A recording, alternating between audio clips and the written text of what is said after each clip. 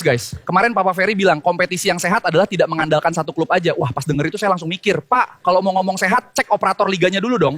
Persib hat-trick juara kok malah yang disindir. Lah itu mah sama aja kayak anak ranking 1-3 tahun berturut-turut. Terus kepala sekolah bilang, sekolah sehat itu jangan mengandalkan murid pinter. Loh, suruh goblok rame-rame gitu Pak.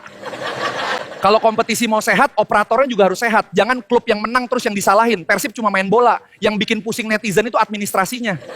Contohnya kemarin rame wasit katanya gajinya telat, keringetnya udah kering, sepatunya udah dicuci. Bahkan mungkin memorinya pertandingan udah lupa. Haknya belum datang juga. Itu gaji apa paket dari luar negeri? Belum selesai yang itu nongol lagi berita operator liga ditagih sana sini. Netizen langsung bingung. Ini operator liga apa pinjol premium? Kok tiap bulan ada episode baru? Jadi kalau ada yang bilang kompetisi harus sehat, saya setuju banget. Tapi sehat itu dari atas sampai bawah. Jangan timnya disuruh fitness, operatornya malah masih batuk-batuk administrasi. Kalau kalian terhibur, jangan lupa like, komen, dan subscribe ya. Semoga dimudahkan rezekinya dan diberikan keberkahan. Amin ya Allah.